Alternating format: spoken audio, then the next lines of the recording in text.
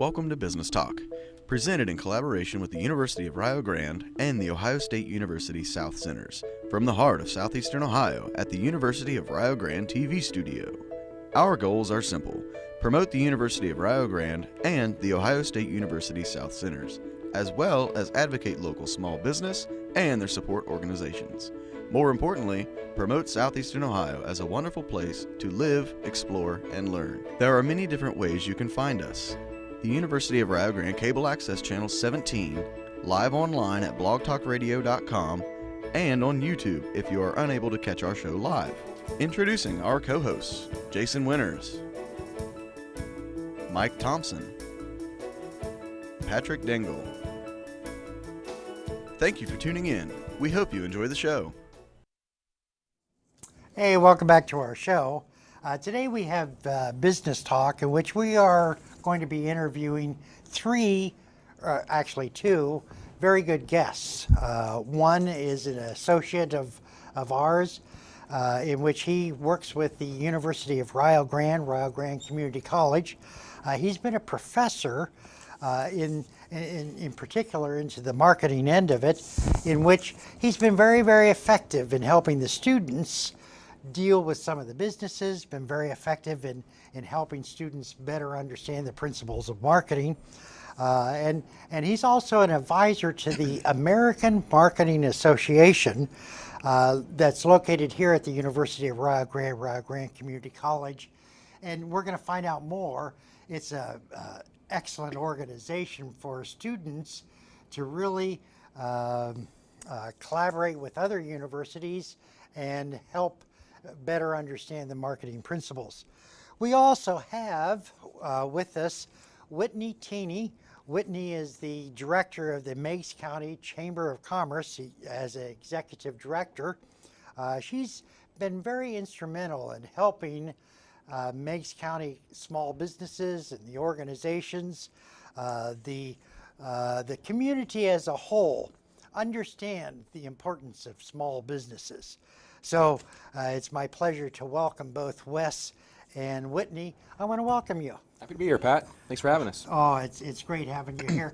Wes, let's start with you. Usually we start with ladies first, but I'm going to take the opportunity, since one of you is older, I will go with the older one first.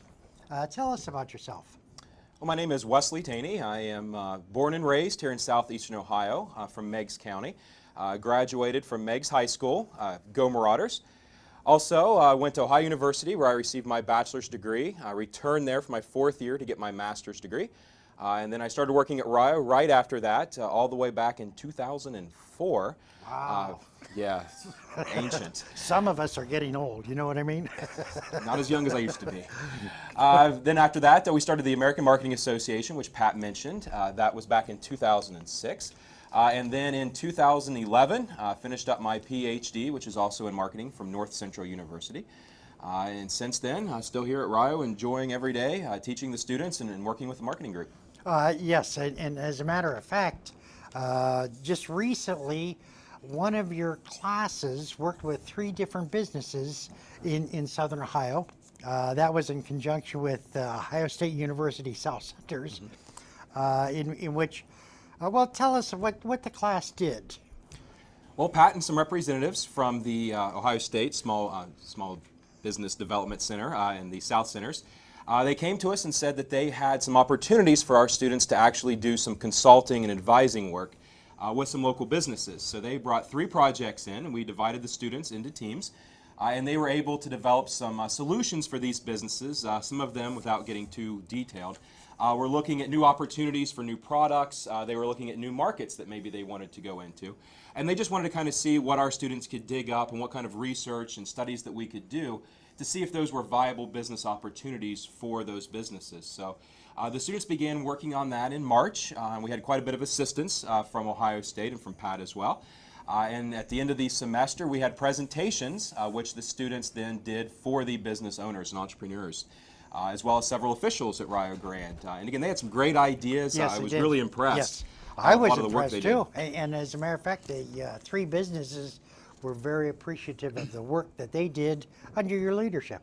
I was impressed they made me look good. I always appreciate that. Yeah, I understand. I understand. Sitting next to you is Whitney Thoene. Whitney is the executive director of the Meigs County Chamber of Commerce, and brother and sister. So it seems that the small business kind of environment, the business environment, sort of runs in your family, doesn't it? You could say that, yeah. Permit me, Whitney, tell us a little bit about yourself. Well, my name is Whitney Thoene. I'm the younger sister of Wesley. I went to school here at Rio Grande. I graduated in 2006 from Meigs High, and then I came here, and I was here getting my bachelor's in communication with an emphasis in PR. And I was a dual major with English and a minor in IT. And then I went on to Marshall and got my Comm Studies Master. And then since then, I worked at OU briefly, and then I got this job at the Meigs County Chamber of Commerce. Huh. First of all, I want to comment on, we have in Southern Ohio, and I include West Virginia and Kentucky as sort of being our part of the share of states, but we have some nice school systems.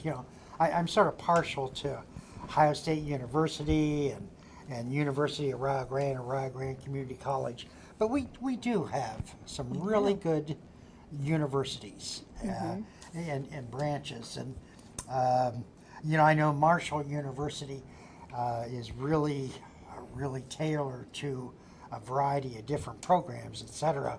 What was it like being at Rio or at Marshall? It was nice. I loved Rio. I had a great time here, but I lived on campus at Marshall, or near campus, and that was a completely different experience. But the nightlife there, like where you have Pullman Square and a plethora of restaurants and things like that, it's just a really nice environment. It's very catered towards that demographic, which is great, the college. Wes, isn't it important when we undertake our college experiences, whether it's undergraduate or graduate, to really get a really good understanding of different cultures and different people? Is that correct? I think so. I think it's important to really immerse yourself in the campus atmosphere. I know I commuted to Ohio University, so it was pretty much a job. You go in the morning, you take your classes, and you go home. And then, grad school, I was around a little bit more, and then, of course, being here at Rio with all the students and the different experiences that you have, even as faculty, getting to know the different students from different backgrounds, different clubs. It's a really eye-opening experience to see all these different people and the backgrounds and information and experience that they bring to the college setting. I think that's very, very true, and that's something that Meigs County, I think, certainly enjoys. Your experiences in the educational field just aren't here, but you've really had an opportunity to experience life elsewhere, and it's going to be the same way with you, Whitney. Living outside in a little bit larger area, Meigs County, it's populated with a lot of good people, but it does not have as much city life and hubs, would you say? And so consequently, having those experiences, you can see how a community can work together. Is that correct? Mm-hmm. Yeah, you see a lot of that in Meigs County where people come together and help out. Huntington's very diverse, but it's very, I don't want to say every man for themselves, but they're very into themselves. Yeah, I Whereas understand. Meigs County is more community-minded. Yeah, Yeah. and you have to be. Yeah. I would imagine so. So have both of you? Did both of you grow up in Meigs County? Mm-hmm. Yes. Huh. And I know that when you came to the University of Rio Grande, and you went into the dorms and things of that nature, it was somewhat of a shock, maybe, or not? What? Tell us a little bit about what it was like coming from a smaller community into a university setting. I commuted to Rio, so I didn't have Okay. the dorm experience per se. Moving to Huntington for those 2 years, that was a bit of a culture shock. You had people from all walks of life. There were people around all the time, at all hours, whether you wanted them to be or not. I understand. And you know, one of the things that I found, University of Rio Grande also has a satellite school in Meigs County, and it sort of caters to the community individuals that would otherwise have to travel to other parts for their training, etc. They seem like real nice people. They are. They're great to work with. They're chamber members, and they're fantastic, and they're doing a lot for the county. They've helped boost the college-educated percentage. I know a lot of people go there for post-secondary or straight out of high school. They take their first few classes there, kind of get into the college mind, and then they're able to come up here for the rest of their education. Ah, very good, very good. Then I know, Wes, that you've had a lot of experience with different kinds of students. Care to share a little bit about some of the kinds of students that populate your programs, your classes? Yeah, we have, again, a very wide variety of students in my classes. We tend to have a lot of students that are local, people that went to the local high schools. They went to our visitation day. So they're a little bit familiar with Rio Grande. I know when I was a kid, we used to come here for basketball games and see those with scouts. So we have a lot of people who have that experience with Rio Grande. But then on the other hand, we've also got a lot of students who might be international. We have a lot of soccer players in the business program. They're coming in from Britain, they're coming in from South America. And it's always interesting because they bring, again, a different experience with the business world, different economies, different practices. I teach an international business class and an international marketing. And it's always great to have them in the class because they can say, well, that's not how we do things there.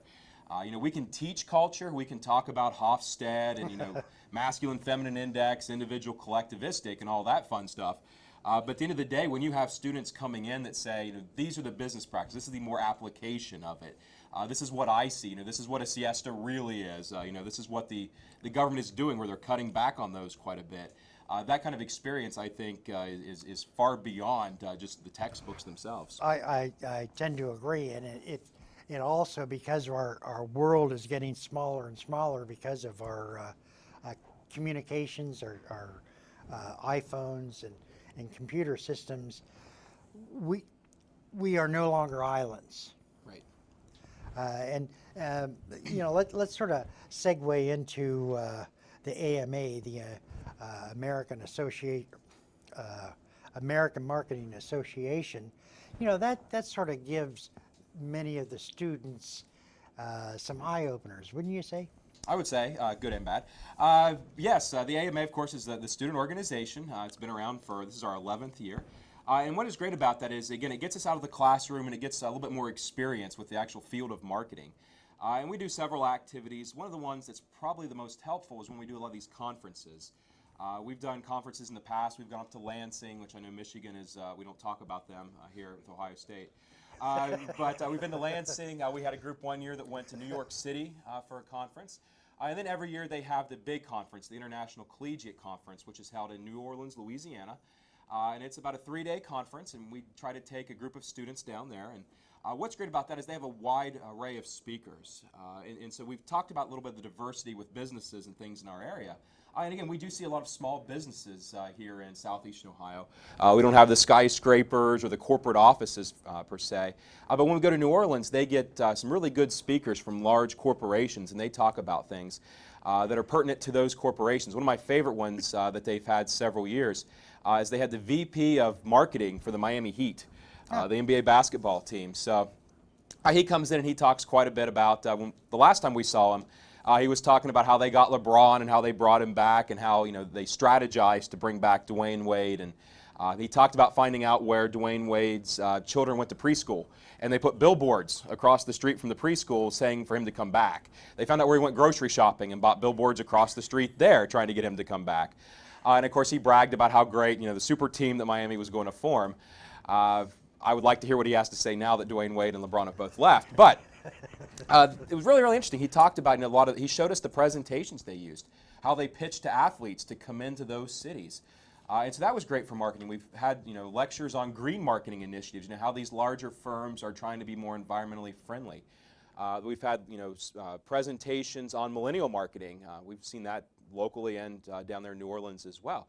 How do we reach younger consumers, and what are the trends and things that we see with that? So the great thing about that is it's an experience I think a lot of them will remember for their lifetime when they go to New Orleans. But also it does give them quite a bit of experience. They do t-shirt exchanges. You can kind of meet and greet with other groups. There's about 2,000 college students I think that attend, so from about 100 different colleges. So you see a lot of groups that are down there and kind of see what they're doing and what experiences they're bringing to the table as well. And has not the AMA from University of Rio Grande won some awards, or have they been recognized? Yes, 28 times nationally since inception in 2006. So we average about 2 or 3 awards per year. Last year we won for membership, planning, and communication. Great. The group did. 2012 we were the best small chapter in the country. We received an award for that. Then they stopped giving that award, so we, I guess, are defending still, if you want to look at it like that. So. Well, once the mold was made, you broke it. We'll go with that. Yeah, we'll say that's the case. Oh, I think that is fantastic that universities can participate. I would imagine that there are some Big Ten universities, and what are some of the other conferences? Yeah, there are Big Ten, SEC, Pac-12, all of those are involved in it as well. The interesting thing about this is that the schools that tend to bring the most kids, or the most successful ones, tend to be smaller schools because they dedicate more of their resources toward those programs. So the ones that you do hear from that win quite frequently, they are usually your smaller schools. Now there are a few like Penn and things like that you've probably heard of, but a lot of times they're just regional schools that really excel with it because, again, they have the time in the smaller campus and can kind of really focus on the marketing effort. And that's a nice thing. You know, one of the reasons why we asked Whitney also to come on is the fact that the Meigs County Chamber of Commerce sort of is very similar to the kind of scope that many places in Southern Ohio is about, and that's to accentuate some of the small businesses, accentuate the people, accentuate the different occupations that individuals are involved in. And I know that being the executive director for 3 years, you've helped to see many different businesses grow, have you not? We have. We've been very fortunate. In downtown Pomeroy, it's almost all full. Its occupancy rate is as high as I think it's ever been, or at least it's been in the past decade. So we're really fortunate there, and I know a lot of other towns are growing as well. So we're very fortunate. Yeah, I would think so. I know that you have many different community leaders from the agricultural end, from the retail end, from some of the manufacturing, the smaller manufacturing companies. These sort of band together. Let's talk a little bit about when the Meigs County Chamber of Commerce started. Originally it was from Pomeroy. Yes, there are several different chambers, and in 1990 they decided to band together to create the Meigs County Chamber of Commerce, and since then it's grown, and I like to think it's successful. We have several different initiatives over the years, different events, obviously different members, but yeah, so in the past 26 years, it's been a heck of a ride. It's been a lot of fun, and we're very fortunate because in that span you still have people who were involved in the creation of it that are in it now. So you get the whole span of the lifetime of the chamber. You get what was successful and the reason why it was created, and then why they're still involved today. And you know, in my working career with the small business development programs, I've had the opportunity to work with many different chamber of commerces, and each one has a significant emphasis on whether it's manufacturing or retail or community programs, etc. And I think we're very fortunate in our neck of the woods to have chamber of commerces that really entice the community individuals to work together. And I know that you've had special projects in Meigs County. Sharing. Are there special programs that you'd like to share, or are they secrets that we're not allowed to know? The ones that we've started this year, we've been very fortunate. We started our ambassador group within the chamber, and we invite all of our chamber members if they want to send a delegate. We get to lunch, I think, every month or every other month, depending what schedules permit. And they are able to network with one another. We've got insurance agents, lawyers, retail people, industrial. So it's a great opportunity for people to build their own network while also promoting chamber and our functions. They'll show up to, we recently just had a cash mob event, and our ambassadors were there, and they helped It was to a what? showcase a cash mob. It's where Cash mop? mob. Mob. Like a flash mob Okay, minus all right. the singing and Okay. dancing. Oh, okay. All right. Where people show up at a location for a designated amount of time, they spend some money. So very it's good. a nice boost for the business, and very it's a good. great opportunity for people to get together, to chit chat, network, see people that they don't otherwise get to see. So You know, Wes, I think you were the one that commented recently. You said that the Chamber of Commerce, when you have luncheons and you have all different kinds of individuals sitting around, one person that's in insurance, another person that's retail, another person that's in the professional, and it's so great to be able to sit down with your associates, and that's what I like about, it was a good point that you made. Thank you. Yeah, it's the beauty of specialization. It's you can kind of meet with people, and if you're talking to an insurance person there, you can find out maybe there's a better plan, better rates that you can get.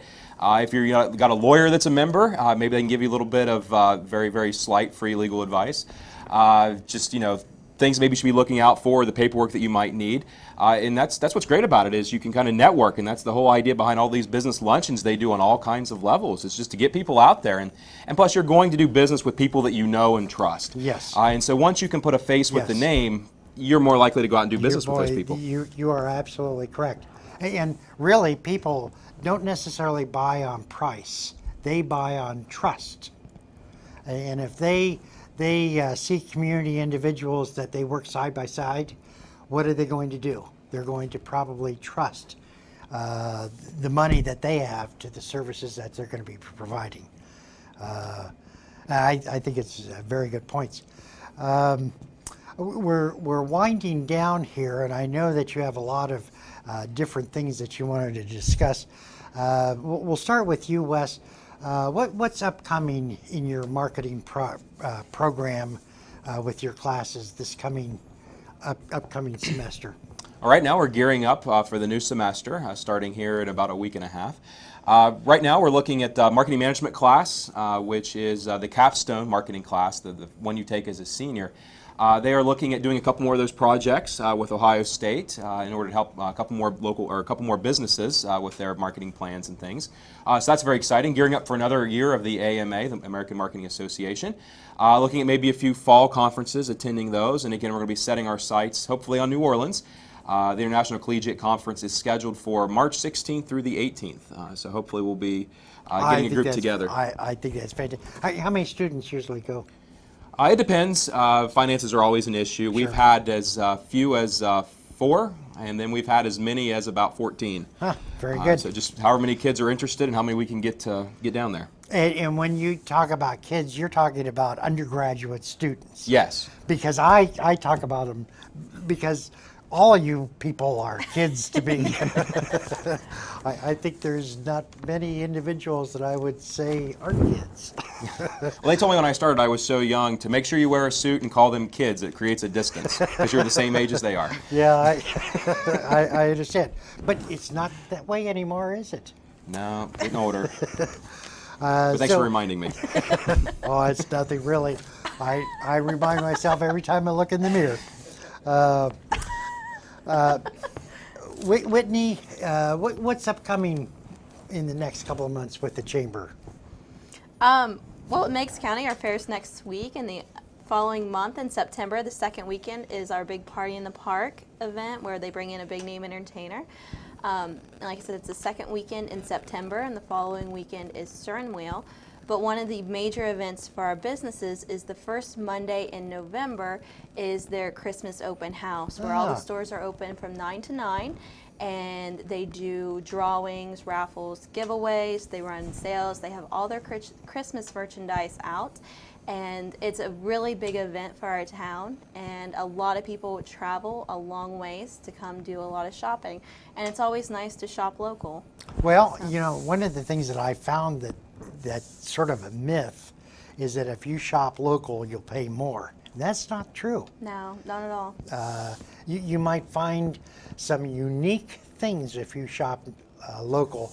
I was at one of our local places, etc., and I went into a leather goods store, and I found some neat gifts, and I was thinking, well, this is going to cost an arm and a leg. And you can see I still have my arms and my legs. And it was decently priced. Yes, absolutely. And so I'm glad that you're promoting that, because the smaller communities are very competitive, price-wise and quality-wise, with the larger shopping malls, etc. So I think that's great. And it's nice because you get the full experience. You get the one-on-one attention a lot of times from the store owner or the employees. They remember you, they call you by name. A lot of times they'll even remember your shopping list. So if you send your wife into a store in downtown Pomeroy and says, hey, tell Pat that I like this, they're going to remember that and tell you the moment you walk in the door. Well, I think I can't agree with you anymore. I really want to appreciate Whitney Thoene and Dr. Wes Thoene for coming on our business talk, etc. We would love to have you guys come back. Sure, Well, great thanks for time. having and us. talk more about Meigs County and talk more about the University of Rio Grande. In our studio is one of Wes's students. He's one of our student interns, Tim Mabry, and he's going to be coming on. And then, of course, we have Mike Thompson. Mike is the director of the Instructional Design and Media Services, and he always makes us look good. So to Mike and Tim, thank you very much. I'm Patrick. I'm still Wesley. I'm Whitney. Thank you for listening, and see you soon.